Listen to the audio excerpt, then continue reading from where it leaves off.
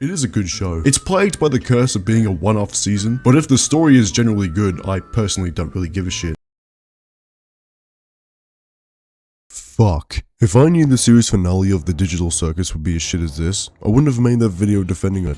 Absolute fucking muppet I am. You can't imagine how stupid fans of this show feel trying to recommend this troon slop to normal people. I wasn't too harsh on it at first. Sure, it was really gay, but it was alright. Now I can show my absolute hatred to this dickhead publicly. The Digital Circus finale was a disaster. I hated it. If you like this finale, you are a dumb retard. I'll take it one step further. If you like this finale, you are a pedophile. I'm all assuming you have the same comprehension as Saberspark, who did a 30-minute essay as to why the finale was good actually. Mind you, this guy is notorious for liking little girl shows and defended a child molester to the point he started harassing the girl's dad for calling out this weird behavior. This man shouldn't be allowed to live. Right off the bat, the main thing that made this shit were the relentless amount of mystery boxes. Are you ready for the J.J. Abrams mystery box that has never worked in cinema ever? All our favorite theories and setups from the show don't mean shit now because fuck you, why would they? Mystery boxes ruin shows, there's no payoff to anything that's mentioned, and will never make anyone happy.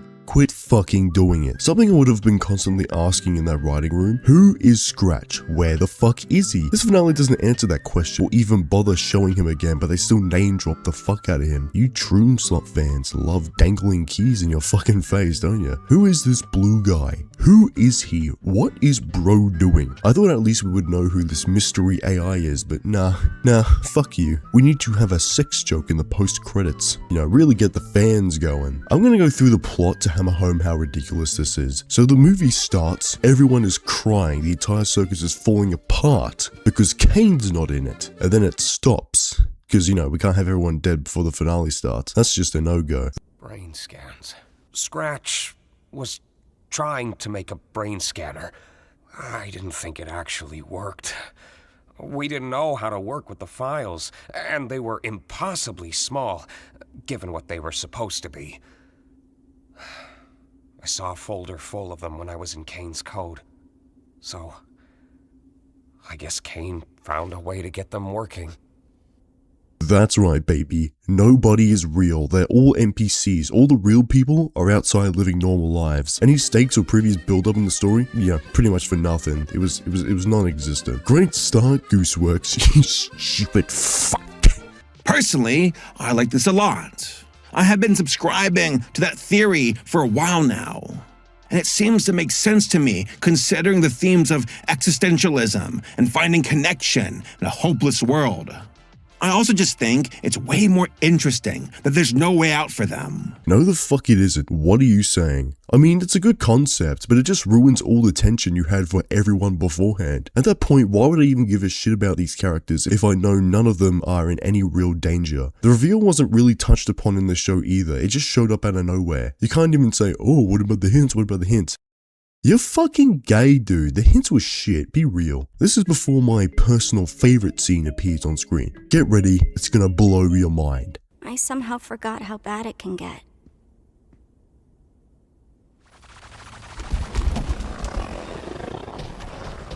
What do we do now? What can we do? Of course he'd do this. Of course he'd wait until there's nothing we could do about it. That's just so... God damn it, Jax. Peak cinema. Peak cinema. This is what I've always wanted. I've always wanted 8 episodes of abstraction teasing that led to nothing. He doesn't even show signs of it. He abstracts off screen after talking to Pomny. She's like, fuck it. Who gives a shit about my friend in distress? Not me.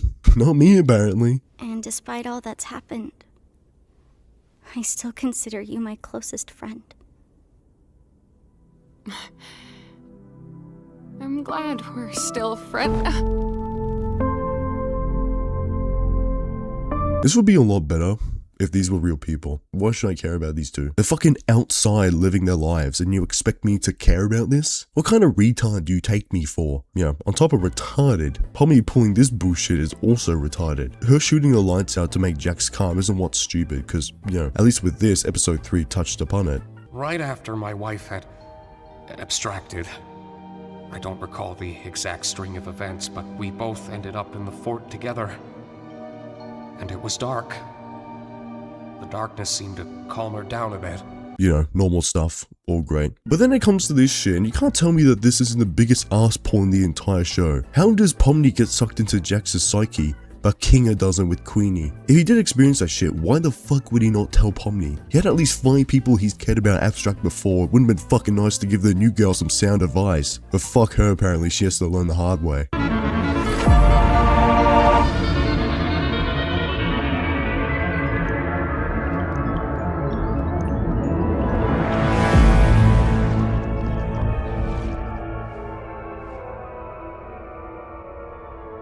I like how she goes inside Jax, and the entire thing is just the Yu-Gi-Oh! Soul rooms from the manga. This whole sequence after this is finally Jax's backstory. All our season-long mystery boxes about Jax can finally be opened. Why is Jax such a little cunt? I'll tell you why.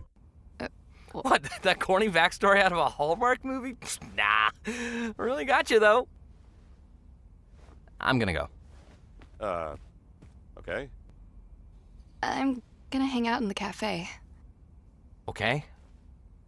Why are you telling me this? We're here. We're talking. What else do you want from me? I just want to be friends again. What? So you can pry into my personal life and hold it over my head? No reason. No reason at all. You know, it starts with Jax talking to Rabbit and Kaufmo. Cut. Now he's an arsehole. That's just actually what happens in the show. They talk, cut.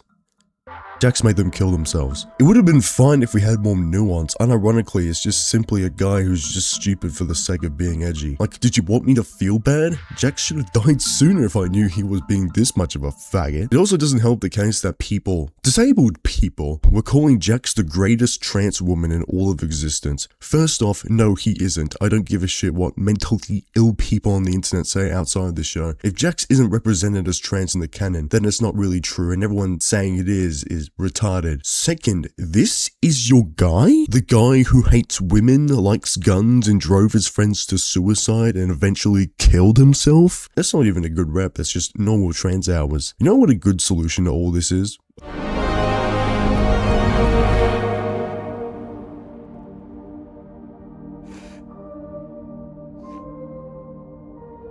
You're making this so much harder. A big hug. A big hug is all you need. The power of friendship, that's all. Yeah, I don't give a shit. This is nothing to me. You start to see the problem with this, right? Hey, someone had to do something.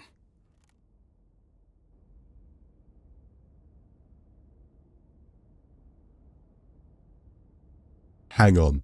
Hang on a fucking minute. What do you mean the writers brought him back? I vividly remember Kang being deleted from the source code altogether. Why would you just bring him back? He has no more to contribute to the story. This just feels like a cop-out so they can do a massive reunion and jerk each other off for the remainder of the finale. You know what I want to know?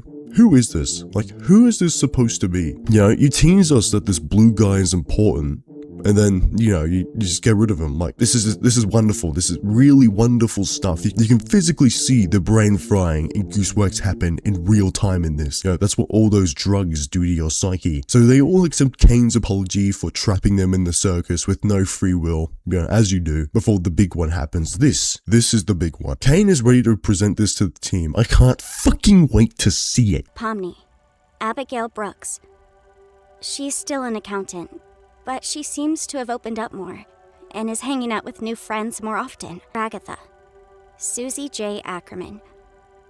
She appears to have left her hometown, cut all communication with her mother, and has excelled in her career. She's made many friends, and it looks like she has a strong, genuine connection with them. Gangle, Zoe Raghavan. Despite her injuries, she's made a good recovery in the hospital. She quit her fast food job and has gotten a new job at a small design firm. She even began posting pages of her webcomic online. Riley Vercellis. After hopping around with different jobs, they look like they've settled a bit and opened their own bar. Kinger. Grant Best. He's still working in tech and is still happily married to his wife. Jax. Leroy Mateo. After being unhoused for a few months, he was able to room with one of his close friends. He seems to have gotten a stable job and is able to pay rent. yeah, just massive fuck you to everyone here. Again, the reveal that everyone in the circus are only NPCs ruins the entire tension, because why would you care about these people trying to escape when we've already been shown that happening? It just fucks everything up. It's crazy. Think about it for a sec. You are trapped in a digital prison, and the guy keeping you here shows you an Instagram reel about how all the people they're cloned from are living their best lives. I would have fucking extracted right then and there. that's some crazy shit. You know, I feel like a lot of people would lose their minds over this. How has no one had a problem with this besides the guy who's already abstracted? Pomny's just like, yeah, who cares? We are the amazing digital circus, and we are so cool. And look, it's so funny. It's so funny. I'm dying of laughter right now. So what would I do if I was Gooseworks? Now, maybe this is a hot take, but if I was Gooseworks, I would have asked someone to help me write a better finale. This is dog shit. This is not doing anyone any favors whatsoever. But yeah, you know, fuck him. I hope I never have to hear from this weirdo again.